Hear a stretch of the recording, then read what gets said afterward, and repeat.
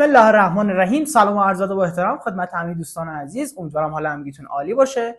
خیلی خیلی خوش اومدین به هفتمین جلسه دوره رایگان که تو این جلسه قرار در رابطه با یه سری چیزایی کار بکنیم که شاید توی بحث ترید خیلی لازمتون نشه، خیلی در موردش در واقع درگیرش نشید، خیلی نخواهید باش کار بکنید، ولی چیزیه که باید در نظر داشته باشید، آموزشش رو دیده باشید، یاد گرفته باشید و ازش استفاده بکنید.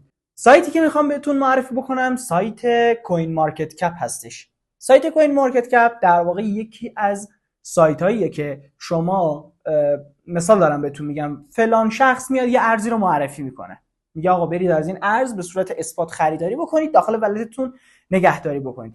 شما میخواید ببینید که آیا واقعا این ارز، این چیزی که داره این بابا معرفی میکنه، آیا واقعا درست حسابیه، بلاکچین درستی داره و مثلا کلاهبرداری و اینجور مباحثات نیست.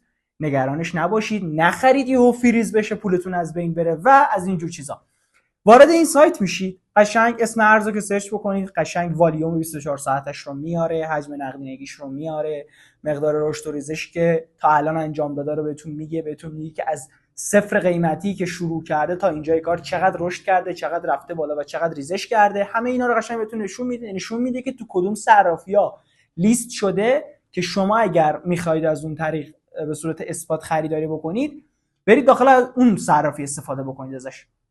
تمامی این نکات رو قشنگ بهتون توضیح میده، بهتون میگه اگر اسپم باشه به صورت یک کادر خیلی بزرگی و کادر بزرگ و قرمز رنگ، حالا دقیقاً متنی که توش مینویسه رو نمیدونم، میریم رو برنامه بهتون داخل سایت نشون میدم بهتون، قشنگ مینویسه و بهتون میگه که آقا این ارز مثلا اسپمه.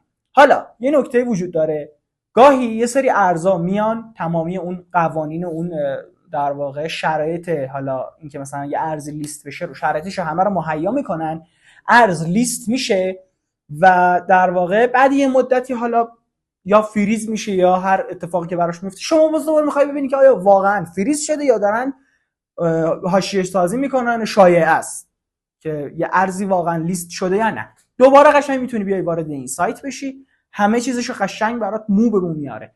بله این مثلا خدای نکرده حالا یه ارزی رو مثلا خریداری کردی، بله ارز اسپم بوده، تمامی دارایی که ازش در واقع خریداری شده همشون فریز شدن و از بین رفتن و شما در واقع اگر دارایی چیزی دارید از بین رفته. قشنگ همه این توضیحات رو بهتون میده. خیلی سایت خوبی. حالا من یکی از چیزهایی که میتونیم ازش استفاده بکنیم و در واقع تو این ویدیو دارم بهتون توضیح میدم، کاملشو میریم روی سایت قشنگ بهتون نشون میدم. یه نکته که هست، خیلی اومدن سوال کردن که واقعا لازمه که مثلا ما ایمیل بزنیم و ثبت نام بکنیم و از اینجور چیزا.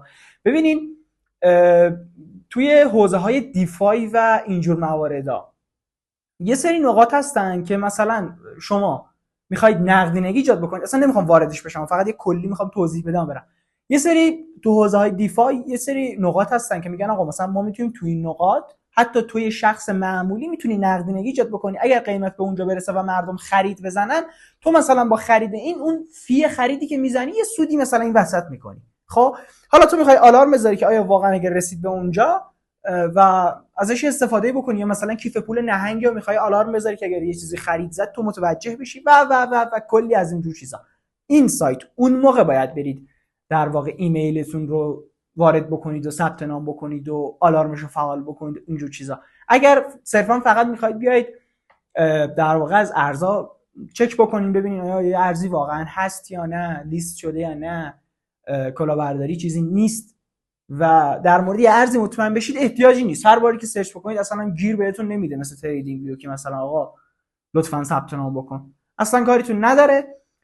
خیلی طولانیش نکنم بحثو، بریم روی سایت که قشنگ بهتون توضیح بدم چجوری کجا وارد چید، چه استفاده ازش بکنید و همه موارد رو قشنگ بهتون توضیح بدم. بریم رو صفحه. ویدیو آموزشی جدید، ویدیو آموزشی سایت کوین مارکت کپ.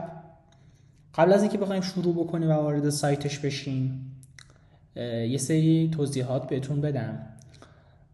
امروز دیگه متاسفانه توی حوزه بلاکچین و ارزهای دیجیتال متاسفانه خیلی از ارزها به صورت فیک و کم رونق معرفی میشن، یعنی ارزهای معرفی میشن که غالبا پیشنهاد نمیشه که در واقع باهاشون کار بکنیم. برای همین خب خدا رو شکر یه سری سایت هایی طراحی میشن که وقتی وارد سایت میشیم و در واقع یه مقدار در رابطه با یه سری ارزها جستجو میکنیم، میگردیم، زیر و بمشون رو در میاریم، متوجه میشیم که بله یه ارزی هستش، واقعا توی یه حوزه‌ای داره فعالیت میکنه، به یه قصدی دیولوب شده، بالا اومده، اونرش یه قصدی داشته، پروژه مهمی پشت سرشه و در واقع یه قصد و نیت مهمی داره، بی دلیل بالا نیومده. حالا یه سری موارداش فرق میکنه، مثلا این که ما یه در واقع اینجوری بهتون بگم که ما یک در واقع یک شبکه‌ای داریم. اینجوری فرض بگیرید آقا یک شرکتی میاد در واقع برای این که بتونه خدمات خودش رو، اسم خودش رو، برند خودش رو بزرگ بکنه، یه سری ریزکاری های دیگه ای رو در واقع زیر مجموعه خودش میکنه. الان چیزی به ذهنم نمیرسه یه چیزی مثال بزنم براتون که قشنگ روشن بشه. فرض بگیرید شما میرید یه شرکتی میزنید، بعد میگی خب برای این که اسم شرکتم بزرگ بشه، برای اینکه هر جایی هر کسی هر کاری خواست انجام بده سریعا اسم شرکت من بیاد، میام انواع خدمات ارائه میدم. اوکی، الان اینجا ببینید ما یک اتریوم داریم که یک شبکه است. خب حالا این در واقع شبکه بیت کوین یا اتریوم میان یه سری خدمات به ما ارائه میدن. خدماتشون چیه؟ خدماتشون اینه که یه سری رمز ارز رو در اختیار ما قرار میدن که ما باشون کار بکنیم، ما با اونا رو هولد بکنیم، که اسمشون چیه؟ BTCه. برای بیت کوین BTCه، برای اتریوم ETH، که حالا یه سری موارد دیگه هم وجود داره. الان به این ETH ها نمیدونم SOL و همچین موارد دیگه ای که هر کدوم رو یک شبکه سوارن، خب به اینا میگن توکن. توکن یعنی چی؟ زمانی میگن توکن که وقتی توکنی یا در واقع اونری توکنی رو دیولپ میکنه، بالا میاره، یه قصدی پشت سرش هست. قصدش چیه؟ مثلا ETH اتریوم قصدش چیه؟ قصدش اینه که داره خدمات فلان ارز رو ارائه میده. خب حالا ما اصلا اینجاییم که برای چی؟ ما الان اینجاییم برای اینکه بریم چک بکنیم ببینیم هر ارز چه در واقع پروژه‌ای پشت سرشه، برای چی پشت سرشه، قصدش از این دیولپ شدنش چیه. هر یه بلاک چین در واقع برای چی اومده یه توکن مثلا برای خودش معرفی کرده، قصدش چیه. برای اینکه اصلا بیایم اینا رو چک بکنیم، ببینیم که در طول روز چقدر حجم ازش خرید و فروش شده، هولد شده، نمیدونم، و این مواردش رو چک بکنیم، یه سری سایت ها هستن که خب راحت همچین دسترسی ها در اختیار ما قرار میدن. یکی از اون سایت هایی که امروز میخوام بهتون معرفی بکنیم، گفتیم که سایت کوین مارکت کپ هستش. سایت کوین مارکت کپ معمولا احتیاجی به ثبت نام نداره. اگر جزء افرادی هستید که خب زیاد کنجکاوید و معمولا زیاد در رابطه با همچین ارزها دوست دارید برید تحقیق بکنید، کار بکنید، میتونید ثبت نام ساده هم انجام بدید. یه ایمیل و یه پسورد ازتون میخواد. حالا اینجا یه موردی من بهتون بگم. دیدم خیلی از دوستان هستن که میگن آقا من دوست دارم روی یک ارز کار بکنم، یعنی میام یک ارزی رو پیدا میکنم، دوست دارم فقط رو اون ارز کار بکنم. خب برای اینکه فقط روی یک ارز بتونی کار بکنی باید تمام زیر و بم اون ارز رو بدونی. کی بالا اومده، شبکش چیه، برای چی بالا اومده، دیولپ شده، اسم در واقع مستعارش اینه که دیولپ شده، دیولپرش کی بوده، اونرش کی بوده، برای چی اومده و چه مقدار حجم وارد شده، اوج حجمش چقدر بوده، کجا بوده، در چه سالی بوده، الان در چه سطحیه و و و و همچین موارد دیگه. الان ما تو این ویدیو میخوایم بریم بپردازیم کامل ببینیم که آقا اینا چی هن؟ مثلا یه صورت کلی بریم مثلا یه بیت کوین و اتریوم رو چک بکنیم ببینیم اینا چی هن، از کجا اومدن و برای چی اومدن. خیلی ساده دارم میگم بهتون. خب برای این کار من یکم دورم رو خلوت کنم، وارد سایت کوین مارکت کپ میشیم.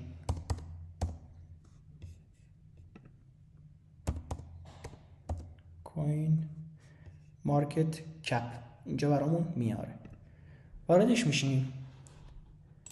گزینه اول منتظر میشیم یکم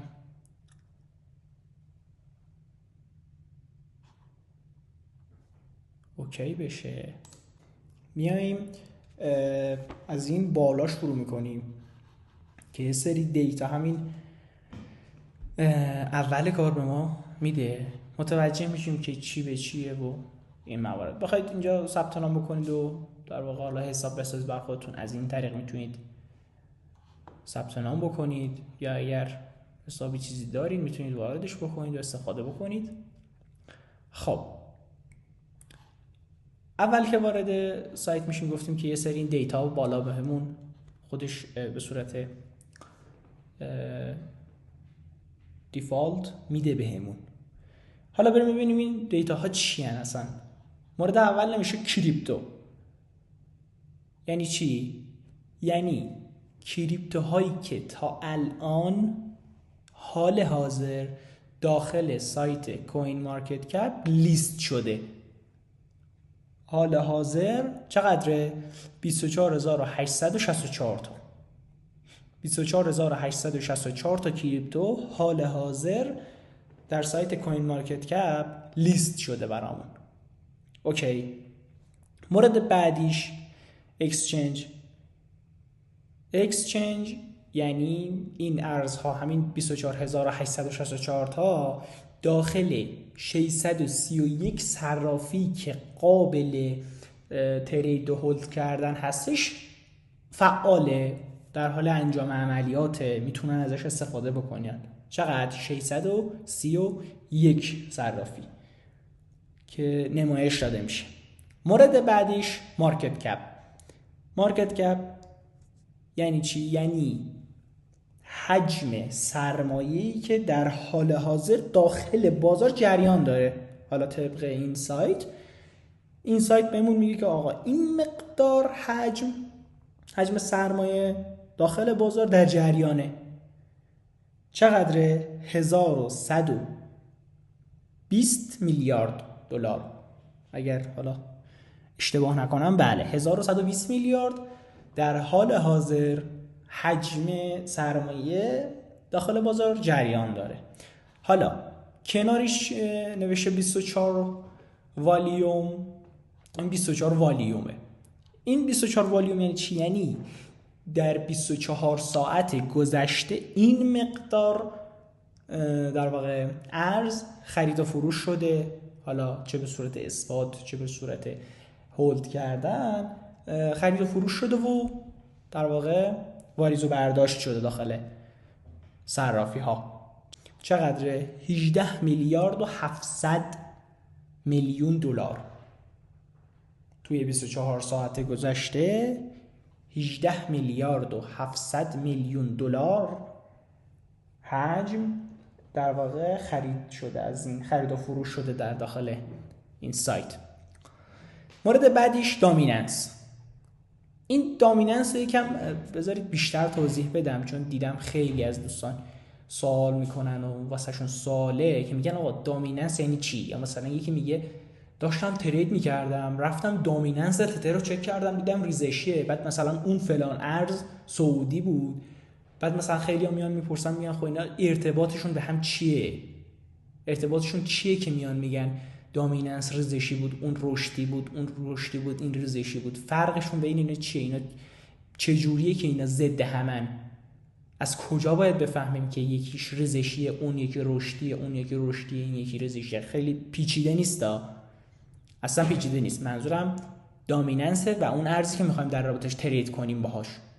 شما میخواید برید با یه ارزی ترید بکنی، هر ارزی که الان میاد تو ذهنت میخوای بری ترید بکنی، خب میبینی که مثلا یه استادی استوری گذاشته که آره من میخواستم ترید بکنم، رفتم دامیننس رو چک کردم دیدم دامیننس اینجوریه، بر اساس دامیننس این معامله رو اینجوری باز کردم، تثبیت گرفتم، وارد معامله شدم، تاییدیه گرفتم فلان بسار. چه جوری تاییدیه گرفت؟ اصلا دامیننس یعنی چی؟ من تو اینجا الان اینجا بهتون میگم که دامیننس اصلا یعنی چی. خب بعد حالا تو ویدیوهای بعدی ارتباطش رو بهتون میگم که اصلا دامیننس حالا چه ارتباطی مثلا به فلان ارز داره، چرا میگن فلان ارز ریزشی بود دامیننس، فلان ارز صعودی بود دامیننس نزولیه، یا این نزولیه اون صعودیه، یا برعکس، یا عین هم، ارتباطشون چیه؟ دامیننس یعنی قدرت یا نفوذ هر ارز در بازار چقدره. مثلا فلانی میگه دامیننس تتر، یعنی میخواد بدونه که قدرت تتر در حال بازار چقدره، قدرتش چقدره، چقدر داخل بازار داره خرید و فروش ازش میشه، چقدر داخل بازار محبوبیت داره، چقدر داخل بازار دیگه چی مثال بزنم براتون، قدرت نفوذش چقدره. اوکی الان اینجا مثلا خب به حالت دیگه پیش‌فرض خودش آورده دامیننس نمیشه BTC، بعدیش نمیشه ETH. BTC یا همون بیت کوین رو برامون اینجا گفته چقدر 46%. حالا با بقیش کار نداریم. 46% دامیننس بیت کوین حال حاضر بازار قدرت داره، 46% قدرت داره. اتریوم چقدر قدرت داره؟ 19%. حالا با اون خوردش کار نداریم که اگه بخوایم حساب بکنیم شاید نزدیکی به 20% بشه، ولی ما همون میگیم 19% قدرت داره. اوکی مورد بعدیش ETH گس ما زیاد باش کاری نداریم، برای همین خاطر اصلا واردش نمیشیم، زیاد توضیح بهتون نمیدم که بخواد گیج بشید. میایم پایینتر، اینجا میبینیم خب یه سری ارزها رو برامون لیست کرده، شبکه بیت کوین، اتریوم، تتر، BNB، USD کوین، XRP و یا عالم ارزهای دیگه که اینجا برامون لیست شده. گفتیم چند تا ارز اینجا لیست شده. ببین من اصلا ندیده گفتم چند تا 24800 ببینید 24864 تا کریپتو لیست شده برامون. خب حالا الان میخوایم بریم ببینیم که در واقع حجم هر ارز در بازار چقدره، یا گذشته چقدر بوده، الان چقدره حالا حاضر. اوکی بریم ببینیم. خب الان میخوایم ببینیم که آقا کلن بازار در واقع حجم مارکت کپش نسبت به والیومش چقدره. میخوایم یه دیتا خودمون به دست بیاریم، میخوایم بریم ببینیم که آقا کل بازار این قدرتش چقدره، در چه حاله. خیلی هستن میان میگن بازار کلن ریزشیه، خیلی ها میان میگن بازار کلن در حال رشد کردنه. میخوایم بریم ببینیم در چه حاله، چه جوریه. هم یه ساده هم به چارتش نگاه بکنیم متوجه میشیم نمیشیم چه جوریه قضیهش. خیلی ساده، این بالا گزینه کوین گزینه مارکت کپ هست، میزنیم کلیک میکنیم روی اعدادش، همین 1,121,121 میلیارد. وقتی که کلیک میکنیم چارت مارکت کپ و والیوم 24 ساعته، چه در گذشته و چه در حال حاضر، از اون سال ببینم که از 2013 8/5/2013 نمایش میده به ما تا حال حاضری که الان اینجا دقیق نشون نمیده، ولی خب اینجور که من میبینم نوشته 26/5/2023. میخوایم ببینیم که آقا خودمون یه دیتا به دست بیاریم، ببینیم که خب الان روند بازارمون به چه صورته. خب اول ببینیم که اینجا تو اوج حجم ها اوج حجم چقدر بوده اینجا در تاریخ چند 12/11/2021 حدوداً، کاملا به صورت حدودی میگم، 2900 میلیارد مارکت کپش بوده. این دیلی مکس من ببخشید به خاطر اینه که یکم اعداد ماشاءالله زیاده و هم میخوام با دقت بخونم که موقع اشتباه نکنم. این گفتیم که مارکت کپ ما 2900 میلیارد بوده، بله، و والیوم 24 ساعتش 139 میلیارد بوده. اوجش بوده، دقت بکنید، اوجش بوده در سال چند؟ تاریخ 10/11/2021 اوجش بوده. الان در چه حاله؟ الان در یه حاله، الان مثلا چشمه نگاه میکنیم، مثلا چارت رو نمیریم، موسمون رو نمیذاریم رو قیمتش و اینا بخوایم نگاه بکنیم، مثلا حال حاضر خودش میگه بهمون الان تقریبا یه حالت بازار راکت داره. ولی خب حالا میایم چکش میکنیم ببینیم در چه حاله.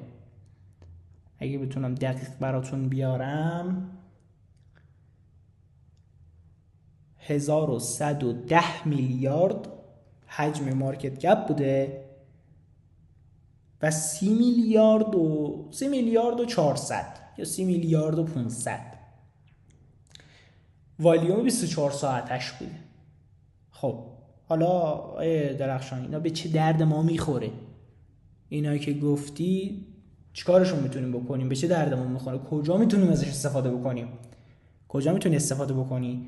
الان بهت میگم کجا میتونی استفاده بکنی.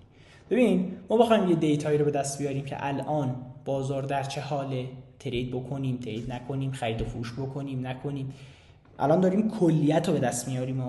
اگه بخوایم روی ارز انجام بدیم میتونیم بریم روی یک ارز انجام بدیم، فرق نمیکنه.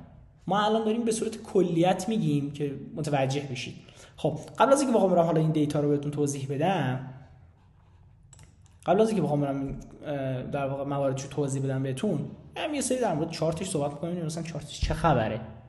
اوکی، خب اینجا میتونید نسبت به در واقع تایمی که میخواید چک بکنید فیلتر خودتون رو اضافه بکنید، روزانه، هفتگی، 1 دقیقه، 3 دقیقه، 1 هفته‌ای، و کل لودینگ شد بدبخت. فکر نکنم به این بله اورد کل در واقع مقدار حجم مارکت کپ و والیوم نشون بده بهمون. حالا مثلا میخوایم آقا 7 روزش رو چک بکنیم. اوکی، 7 روزش در اوج خودش 1145 میلیارد دلار حجم مارکت کپش بوده و والیوم 24 ساعتش 28 میلیارد بوده، 28 میلیارد و 300. اوکی، خب الان میتونیم بریم سراغ اون دیتا. دیتایی که بهتون گفتیم، ماشین حسابمون رو میاریم. اوکی، اینجا رو خوب دقت بکنید، اینو چندین بار به دوستان توضیح دادم، رفتن اشتباه محاسبه کردن. بچه‌ها اینجا ما الان میخوایم یه دیتا رو به دست بیاریم. حالا ما اینا رو حساب میکنیم، به دست میاریم، یه جا مینویسیم، بعد در آخر بهتون میگم اینا یعنی چی. اینایی که حساب کردیم یعنی چی؟ اینا رو خب الان حساب کردیم. خب اول حساب کتاب میکنیم، بعد بهتون میگم اینا چیان، برای چیان، چجوری میتونیم ازش استفاده بکنیم. اوکی، خب تایم هفتگی هستیم، میایم کل تایم رو ما چک میکنیم، اصلا نمیریم روی یه تایم. خب اوجش چقدر بوده؟ گفتیم اوجش 2900 میلیارد دلار بوده. میایم اینجا رو دقت بکنید، مارکت کپ رو، حجم مارکت کپ رو تقسیم بر والیوم 24 ساعته میکنیم. حجم مارکت کپ چیه؟ حجمی که کلن وارد شده، حجم کلیه، حجم کلیه که تا الان وارد شده. اوکی، والیوم 24 ساعته چیه؟ والیوم 24 ساعته حجمی که توی 24 ساعت گذشته خرید و شده، وارد شده. اوکی، پس این قاطی نکنید اصلا. پس مارکت گپ رو تقسیم بر والیوم 24 ساعته میکنیم. اوکی، خب میریم حساب کنیم ببینیم. من اون قیمتی که چند دقیقه پیش با هم صحبت کردیم رو بیارم دوباره. خب چقدره؟ 2900 میلیارد.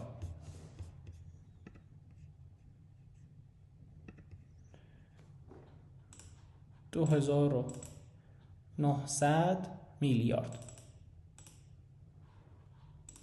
ببخشید،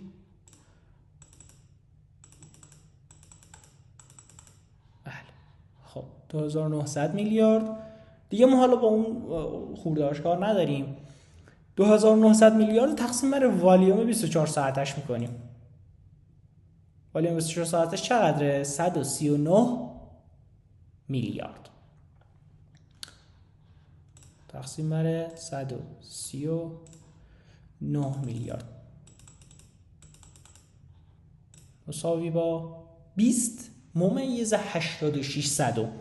من اینو می نویسم 20 ممیز 86 صدم.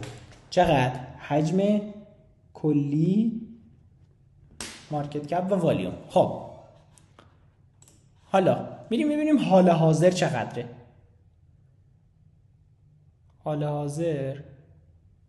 حال حاضر میگه 1110 میلیارد مارکت کپ و والیوم 30 میلیارد و 400. اوکی، خب بریم حساب کنیم ببینیم.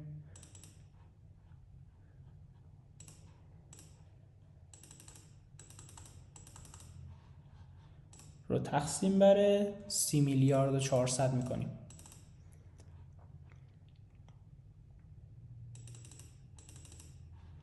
خب و مساوی است با 36 ممیز 51 صدم. 36 ممیز 51 صدم. 30 میلیارد 400. اوکی، خب حالا میریم به هفتگیش هم یه امتحانی میکنیم، یه حساب کتابی میکنیم. هفتگیش چقدره؟ هفتگیش من بنویسم هفتگیش رو هم. هفتگیش مارکت کپ 1144 میلیارده،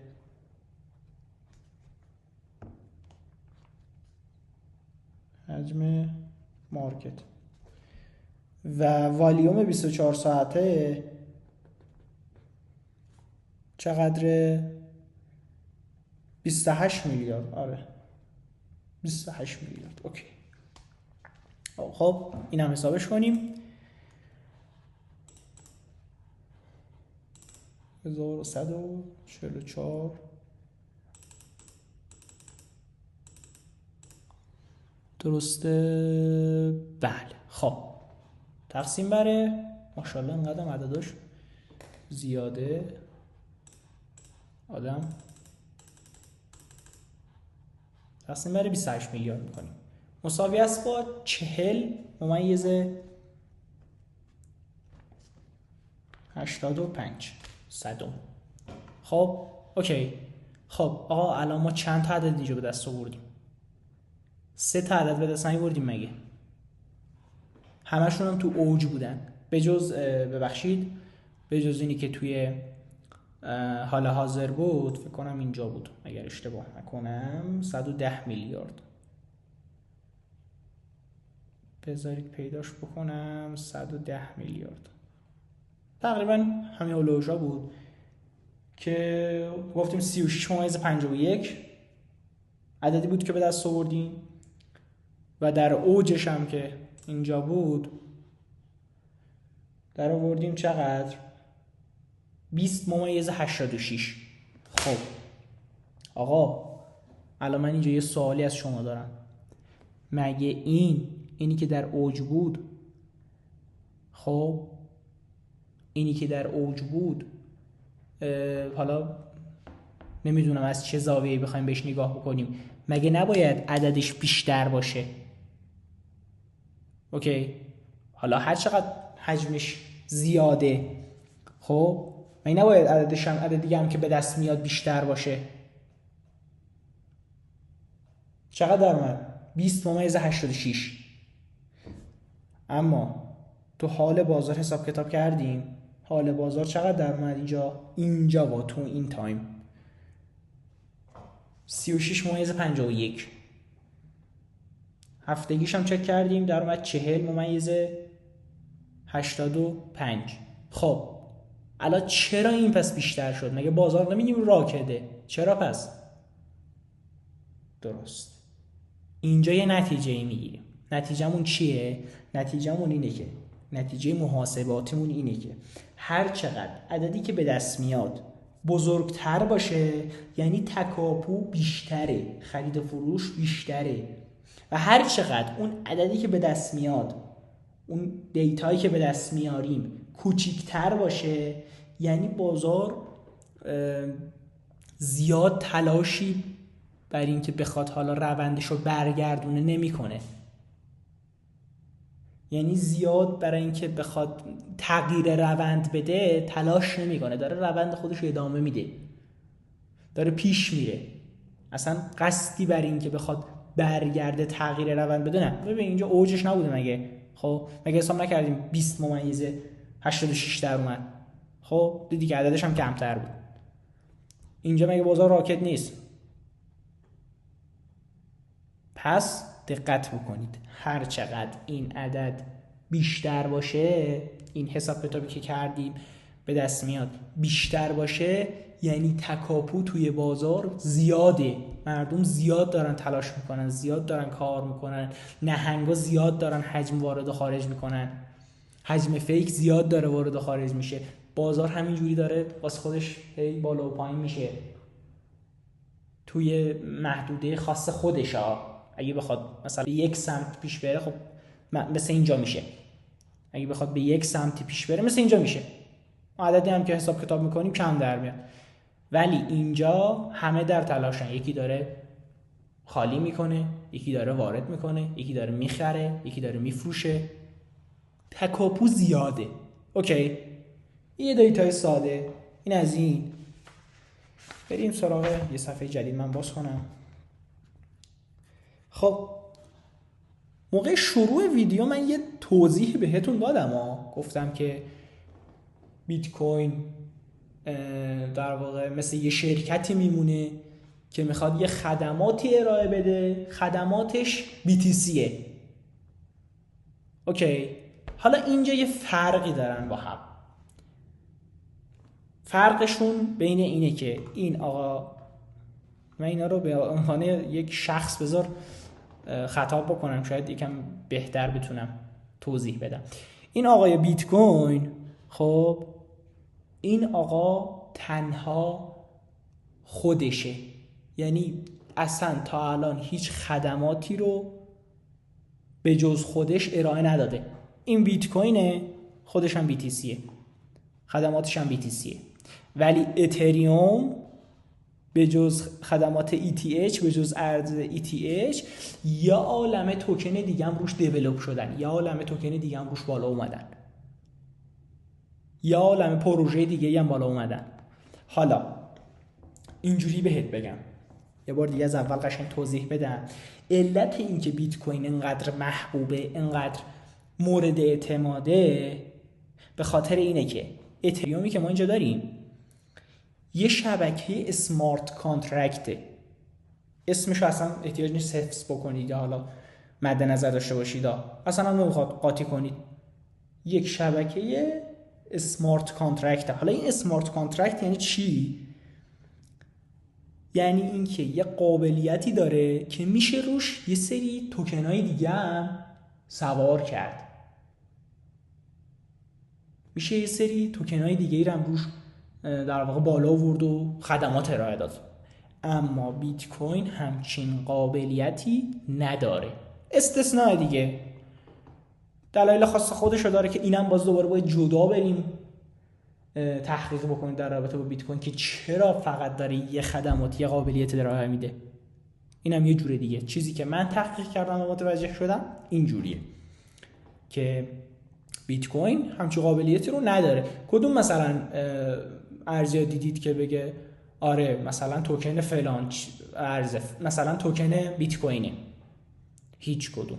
ولی دیدیم توکن هایی را که مثلا گفتن آره توکنیه که رو اسمارت کانترکت اتریوم بالا اومده، توکنیه که مثلا رو اسمارت کانترکت تتر بالا اومده یا رو بی ان بی بالا اومده.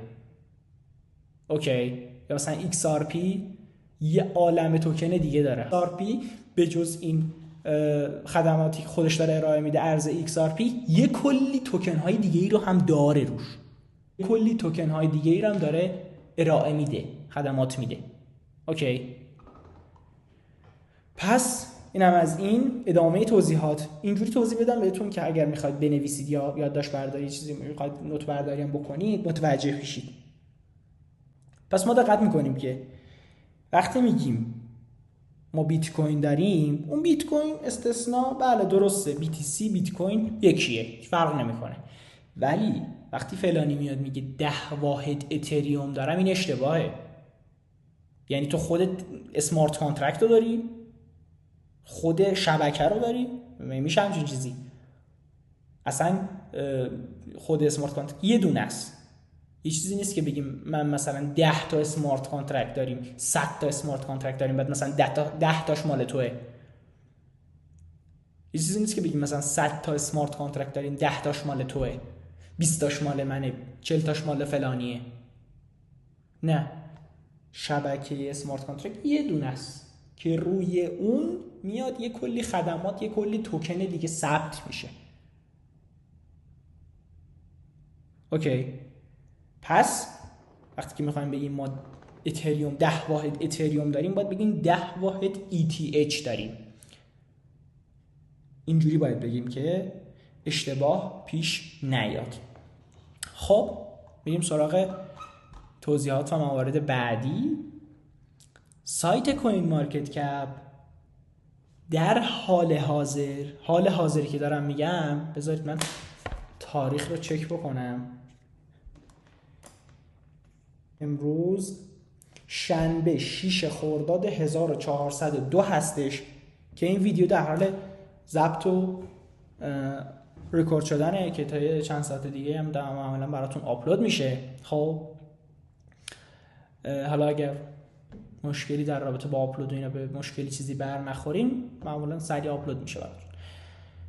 حال حاضر اینو میخواستم بگم. آره حال حاضر سایت کوین مارکت کپ ارزهایی رو نشون میده که مارکت کپ معتبری دارن و ارزهایی رو لیست کرده که معتبرن و تو صرافی های معتبر دارن خرید و فروش میشن. چقدره؟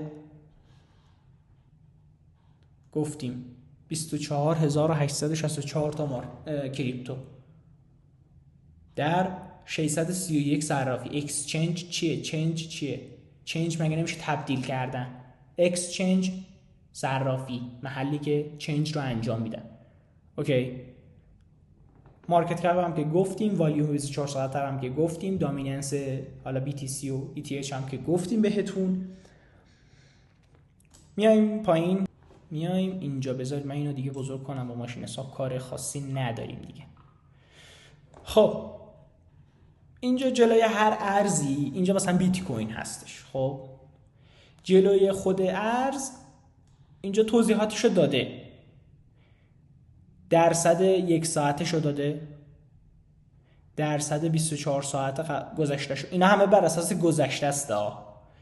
درصد 1 ساعت گذشته، 24 ساعت گذشته، 7 روز گذشته رو داده، مارکت کپش رو داده، والیوم 24 ساعتش رو داده،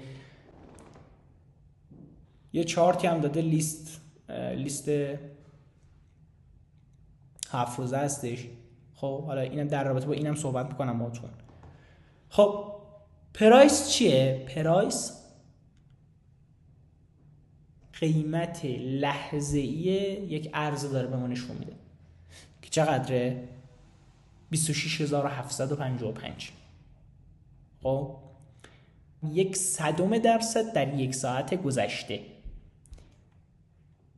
24 ساعت گذشته 0.15% و در 7 روز گذشته 1.17% ریزش داشته. مارکت کپش 518 میلیارده، والیوم 24 ساعتش 8 میلیارده.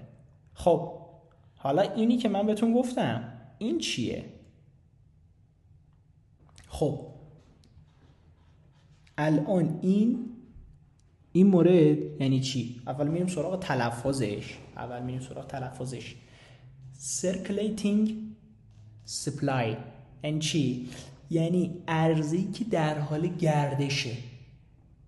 یعنی الان در حال حاضر چقدر از این ارز در حال گردشی داخل بازار، دست مردم دارن گردش میچرخه، دست مردم چقدره؟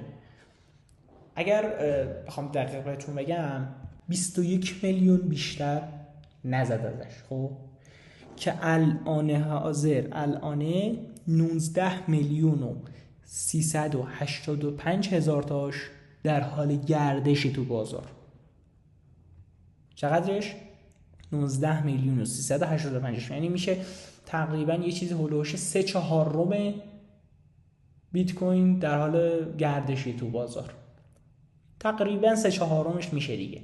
3/4 هم نباشه میتونیم کوچیک‌ترش بکنیم، 4/5 بکنیم دیگه.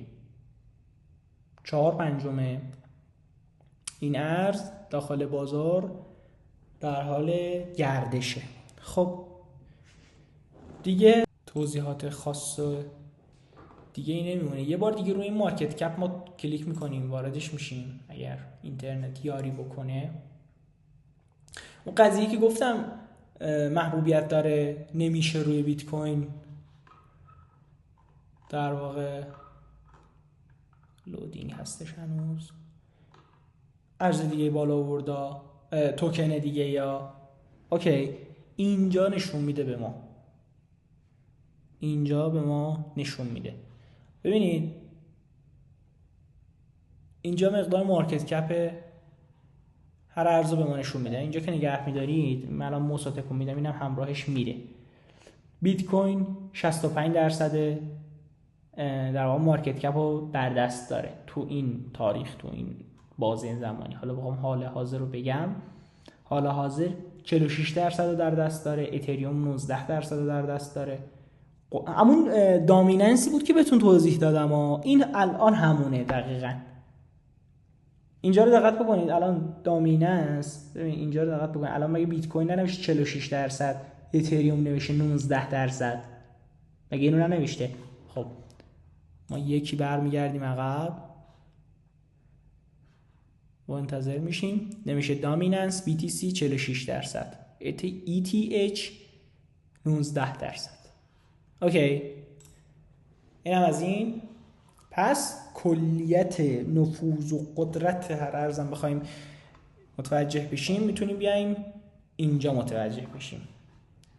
خب حال حاضر میگه که 46% قدرت بازار دست بیت کوینه که در واقع میشه گفت بیشترینشه دیگه. آره بیشترینش سوی صدر قرار داره. اتریوم 19%، تتر 7%، BNB 4%، USD کوین 2%، XRP 2%، تقریبا میشه گفت 2% دیگه، و دوج کوین و سولانا و میایم پایین ببینیم پایین چه مواردی داره دیگه. اینجام که والیومشه، بازه زمانیشو بهمون میتونیم اینجا خودمون اوکیش بکنیم. مثلا میگه اینجا از 2014 تا 2022 مثلا چقدر کیشو میخوای تنظیم بکنیم. مثلا میگیم آقا ما میخوایم اینو میکشیم جلوتر، اینو میگیم مثلا آقا از سال 2020 تا 2022 به ما نشون بده ببینیم قدرت دست کی بوده. منتظر میشیم. بله نشون میده که بازم حالا میایم مثلا تو اوجش رو نگاه میکنیم، اوج 69% دست بیت کوین بوده، 13% به دست قدرت به دست اتریوم بوده و از این قبیل موارد. دیگه توضیحات خاص دیگه رو زیاد صلاح نیست. حالا خودم هم که زیاد در جریانشون نیستم توضیحات دیگه رو، ولی خب صلاحی هم نبوده که ببینم و بهتون بگم، چون واقعا بعضی چیزها رو واقعا احتیاج نیست که کلش رو ما بدونیم. کلیت دونستن گاهی اوقات خیلی هم خوب نیست. یه چیزی رو کلیت بفهمیم ممکنه که در واقع بدتر ذهنتون رو پر بکنه و قاطی بکنیم. رو این خیلی تاکید دارم در واقع، نمیدونم چرا خیلی خیلی زیاد تاکید دارم روش که آموزش زیاد دیدن الکیه، بیهوده است. حالا تو مثلا بری دوره 6-7 تا استادا نگاه کنی، بعد بیای بشینی مثلا اصلا ندونی بلاکچین یعنی چی، اصلا ندونی اینا یعنی چی، برای چی اومدن، کجا دارن میرن، کی اومدن، چطور اومدن، کی آوردشون، چطور آوردشون، با چی آوردشون، با چی میخواد ببره. این موارد رو اینا رو باید بدونیم، خب چون به دردمون میخوره هر کسی و باید ازش استفاده بکنیم.